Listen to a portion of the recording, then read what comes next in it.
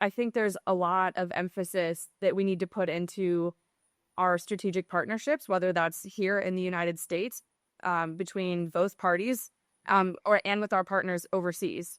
I think that the one big beautiful bill addresses so much, and it could be very useful. And I also thought the IRA addressed a lot of what we needed to see in terms of energy as well. So I don't think that it's either going to be the IRA or one big beautiful bill. I think each of them have a lot of positives, but I think that in order for America to be successful and to compete on the global stage, we talk so much about the great power competition. Yeah.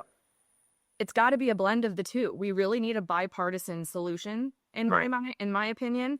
And I know that's not a popular opinion right now because it just seems I agree. far off. But Yeah. I mean, I really think if we're talking about building these large-scale power projects and these large-scale data centers and infrastructure to support both of them, that's tens of billions of dollars. And these timelines to build out these projects are 5 to 6 to 7 years, and that's longer than a presidential term. So if you want the private sector and industry to be building out what we need in order to make sure we meet the energy demand in a timely fashion, we have to have the regulation and the structure that's going to weather the storm, no matter who is in the White House. Right.